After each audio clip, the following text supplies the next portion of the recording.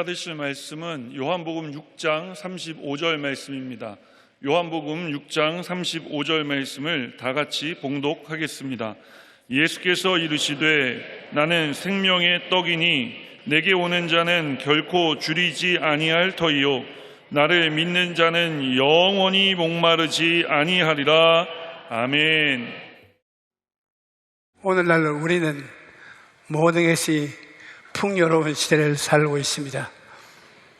과학기술의 발달로 이전에는 상상하지도 못했던 문명의 혜택을 누리고 있는 것입니다.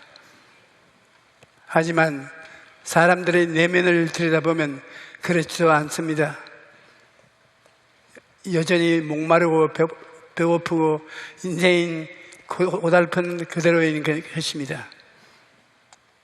육신의 배고픔은 이전보다 더 크게 나아졌지만 마음이 영양실조에 걸려서 죄책감과 무의미, 죽음과 허무, 미움과 원망, 걱정과 두려움 속에서 하루하루를 살아가고 있는 것입니다.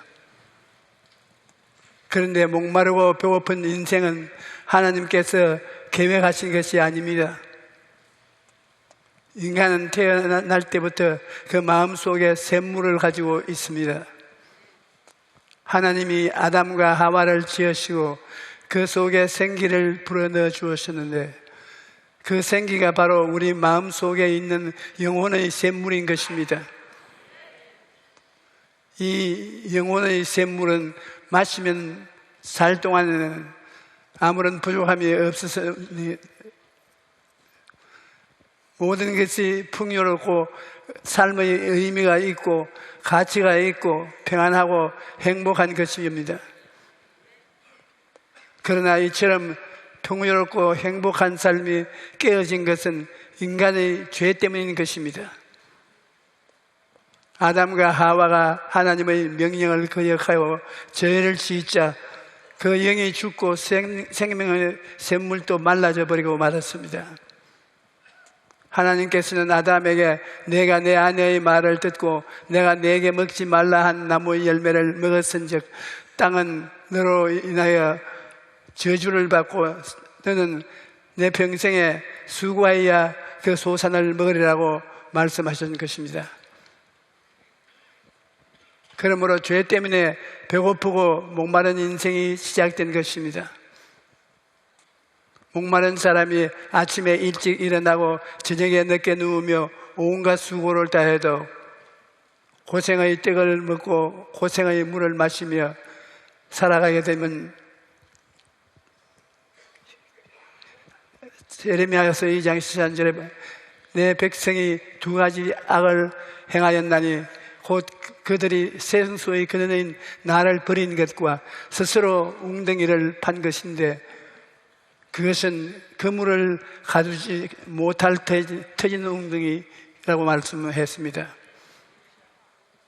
여러분, 생수의 근원된 분은 하나님밖에 없습니다. 그런데 하나님을 떠나니 목마르고 배고프고 고달픈 인생을 살 수밖에 없습니다. 인생의 배고픔과 목마름은 예수님을 만나야 해결되는 것입니다. 왜냐하면 예수님만이 생명의 떡이요 생명의 물이시기 때문입니다. 예수님께서는 나는 생명의 떡이니 내게 오는 자는 결코 줄이지 아니할 때요 나를 믿는 자는 영원히 목마르지 아니하리라고 말씀하셨습니다.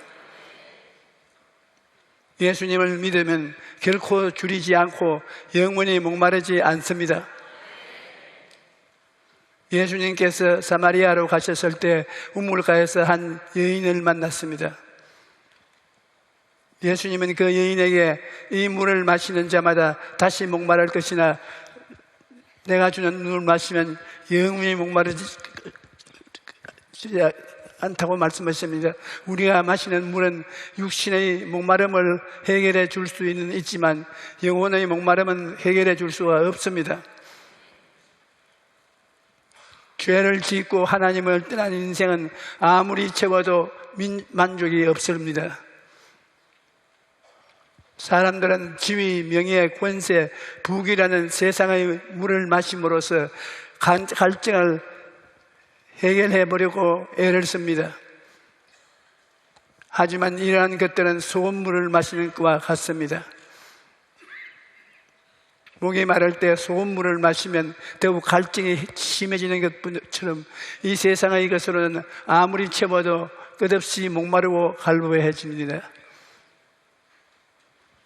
그래서 전도서 4장 10절에 은은 사랑하는 자는 은으로 만족하지 못하고 풍요로 사랑하는 자는 소득으로 만족하지 아니하니 이것도 헛되도다라고 말하고 있는 것입니다. 마음의 참된 평안과 기쁨, 만족과 행복은 환경이나 물질에 있는 것이 아닙니다. 사람은 육체적인 존재가 아니라 영적인 존재인 것입니다. 사람은 하나님의 형상과 모양대로 지으심을 받았기 때문에 육체의 필요를 채운다고 해서 영혼까지 채워지는 것은 아닙니다. 아무리 세상의 부귀가 영화가 공명을 다 가지고 있어도 예수님을 믿고 하나님을 모시지 아니하면 영적으로 배고프고 목마른 인생은 치울 수가 없습니다. 예수님께서는 내가 주는 물을 마시는 자는 영원히 목마르지 아니하리니 내가 주는 물은 그 속에서 영생토록 솟아나는 샘물이 되리라고 말씀하셨습니다. 예수님을 믿고 구주로 모시면 영원히 목마르지 않으며 영생을 누리게 되는 것입니다. 뿐만 아니라 예수님을 믿고 구주로 모시면 기쁨으로 충만한 삶을 살게 됩니다. 아무리 열심히 살아도 내 인생을 맹물 같다고 아무런 기쁨이 없다고 하는 사람이 있습니다. 이렇게 자포자기하고 절망해서는 절대로 안 됩니다. 예수님을 만나면 주님께서 맹물 같은 인생을 포도주와 같은 인생으로 변화시켜 주시는 것입니다. 예수님께서는 포도주가 떨어진 혼인잔치에서 물을 포도주로 만들어 잃어버린 기쁨을 회복시켜 주셨습니다. 이와 같이 기쁨이 없고 고달픈 인생이라 할지라도 예수님을 만나면 예수님께서 기쁨이 넘치는 삶으로 바꾸어 주시는 것입니다. 인생의 참된 기쁨은 예수님께서 주시는 것입니다. 시편 16편 11절에 주께서 생명의 길을 내게 보이시니 주의 앞에는 충만한 기쁨이 있고 주의 오른편에는 영원한 즐거움이 있나이다 라고 말하고 있습니다. 예수님을 믿고 생명을 얻은 사람은 어떠한 환경에서도 기쁨과 평안을 누릴 수 있습니다. 주님께서 주시는 기쁨은 세상에 주는 기쁨과 다릅니다. 세상에 주는 기쁨은 일시적이고 헛된 것이지만은 주님께서 우리에게 주시는 기쁨은 충만한 기쁨이요 영원한 즐거움이요 기쁨입니다. 그 무엇도 주님께서 우리에게 주신 기쁨을 빼앗을 수 없습니다. 예수님께서는 영적인 배고픔과 목마름만 해결해 주신 것이 아닙니다. 요한 3서 1장 2절에 사랑하는 자여 내 영혼이 잘됨같이 내가 범사에 잘되고 강건하기를 내가 강구하노라고 말씀하셨습니다. 예수님께서는 영혼의 배고픔과 목마름만 해결하신 것이 아닙니다. 실제 우리 삶의 배고픔과 목마름도 해결해 주시는 것입니다. 예수님께서는 우리에게 영혼이 잘됨같이 범사에 잘되고 강건한 삶을 주셨습니다. 그런데 우리가 이러한 삶을 누리기 위해서는 먼저 꿈을 가져야 합니다. 아무리 환경이 어렵고 힘들어도 예수님을 바라보면 꿈을 가질 수가 있습니다. 그러므로 예수님의 십자가는 우리의 꿈 공장이라 할 수 있습니다. 예수님을 믿고 예수님의 십자가를 바라보면 누구든지 꿈을 가질 수 있는 것입니다. 어떤 백화점 주인이 고아원 아이들을 초청해서 장난감을 선물해 주기로 했습니다. 장난감 코너로 아이들을 데리고 가서 한 가지씩 마음에 드는 것을 고르라고 했습니다. 아이들은 저마다 마음에 드는 장난감을 하나씩 집어 들어갔습니다. 그런데 한 아이는 장난감을 고르지 않고 가만히 서 있는 것입니다. 그래서 백화점 주인이 왜 너는 고르지 않니? 원하는 것을 고르면 이 아저씨가 선물로 줄게 라고 말했습니다. 그러자 아이는 백화점 주인의 다리를 힘차게 붙잡고 그럼 저는 아저씨를 고를래요. 이 아이는 백화점 주인을 선택했습니다. 거기 있는 장난감을 다 가질 수 있다고 생각했던 것입니다. 그런데 놀랍게도 백화점 주인은 그 아이를 자녀로 입양했고 나중에 어른이 되어서 백화점 주인이 되었던 것입니다.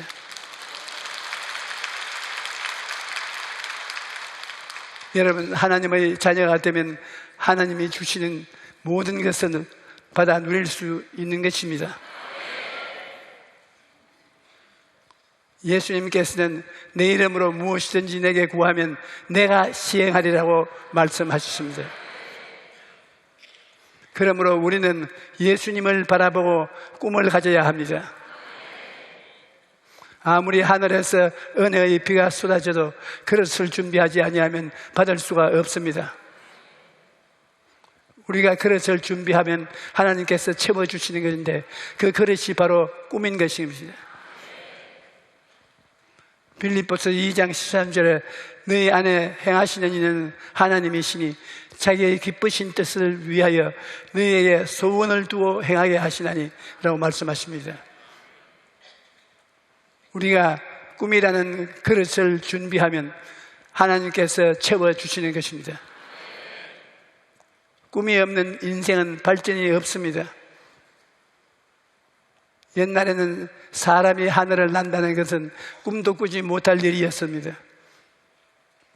그런데 누군가 하늘을 나르는 꿈을 꾸었습니다. 그 결과 오늘날 우리가 비행기를 타고 하늘을 날아서 출장도 가고 여행도 가고 하는 것입니다. 또 옛날에는 사람이 지구를 벗어나는 일, 달에 가는 일은 꿈도 꾸지 못할 일이었습니다. 그런데 누군가 달에 가는 꿈을 꾸었고 그 결과 지금 달에 가는 것은 어려운 일이 아닙니다. 또 옛날에는 인간이 화성에 간다는 것은 영화에서나 나올 만한 이야기가 되어 있습니다. 그럼에도 최근에 미국서 나사의 화성 탐사선이 화성에 무사히 착륙해서 큰 이슈가 되고 있는 것입니다. 그러므로 모두가 불가능하다고 생각하는 것을 현실로 만들어내는 것은 바로 꿈이 있는 사람의 가슴에 나타나는 것입니다. 꿈이 있어야 인류의 역사도 발전하고 우리 인생도 발전할 수가 있습니다. 또 꿈을 가지고 있으면 어떠한 어려움이나 장애물을 만나도 포기하지 않습니다. 에드먼드 힐러리 경은 세계 최초로 에베레스트 산을 정복한 사람인데 기자가 어떻게 그처럼 높은 산을 정복할 수 있습니까? 라고 물었을 때 그는 이렇게 대답했습니다.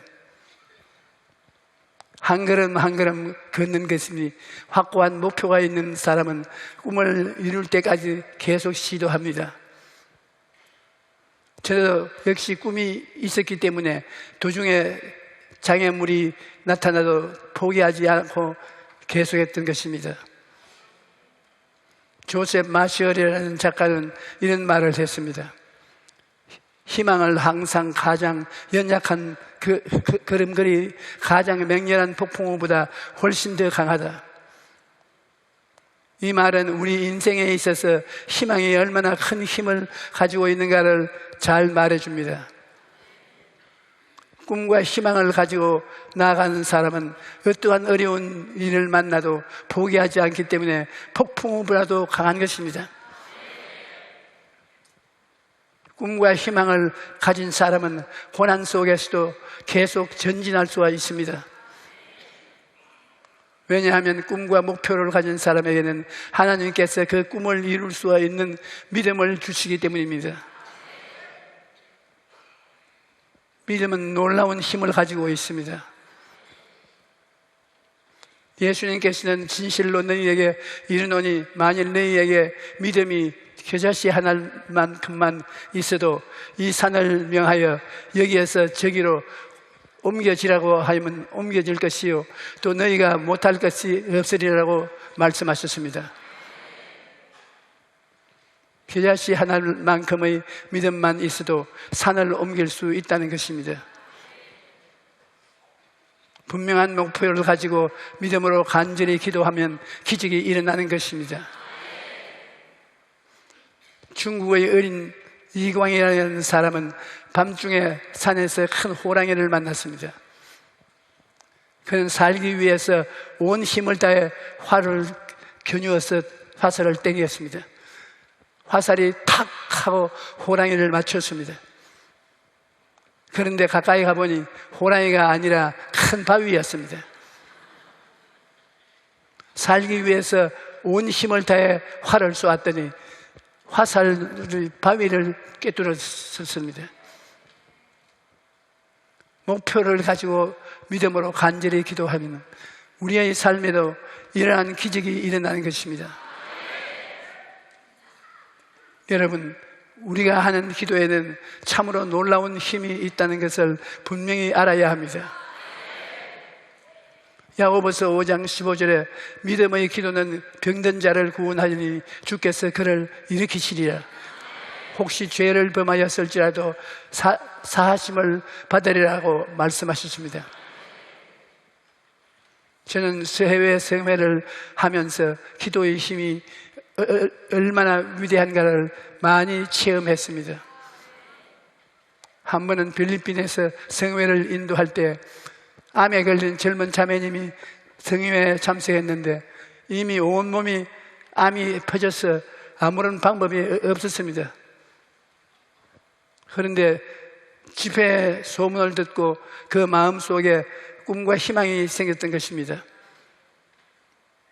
그가 집회에 참석해서 말씀을 듣고 부르짖기도 하는데 성령의 불이 떨어져 그 길이 암이 깨끗이 사라져버린 것입니다.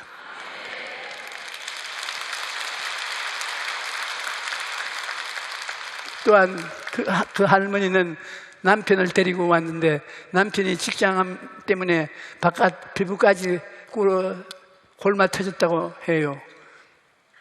그런데 병자를 위한 기도 시간에 남편의 엉덩이에 손을 얹고 간절히 기도를 하고 집에 갔는데 다음 날 자고 일어나 엉덩이를 쓰다듬어 보니까 깨끗이 나았습니다. 할머니가 다음 날 집회에 와서 남편 대신에 간증을 하는데 자고 일어나서 우리 영감 엉덩이를 만져보니까 깨끗이 나았어요. 라고 좋아서 웃음을 웃으면서 간증을 했습니다. 청중들이 다 웃었던 그 기억이 있습니다. 이전에처럼 기도는 불가능을 가능케 만드는 것입니다.